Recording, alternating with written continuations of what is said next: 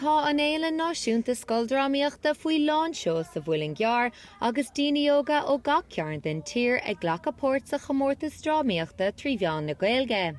Chuir na daltaí an rámaí ar stáitse na féalta áitiúla agus cúige le cúpla mí nuas, agus chálaigh siad sna chomórtas sin chun ionadaíocht a dhéanamh ar a scoileanna san Fhéile Náisiúnta.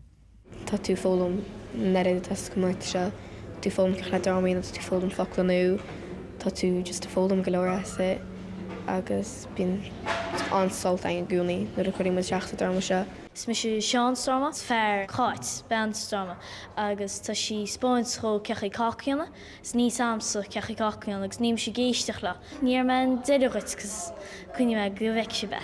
Tá an bham anna crosta leis an búcail líam agus ní téann sé amach I gobar agus bíonn sé an crosta leis agus sin pósaigh mé an rí agus ní bhíonn sé gobar an sin. An dráma a bhí ann ná Charlie agus an Simléir Briste, an páirt a bhí amsa ná Mammy Violet.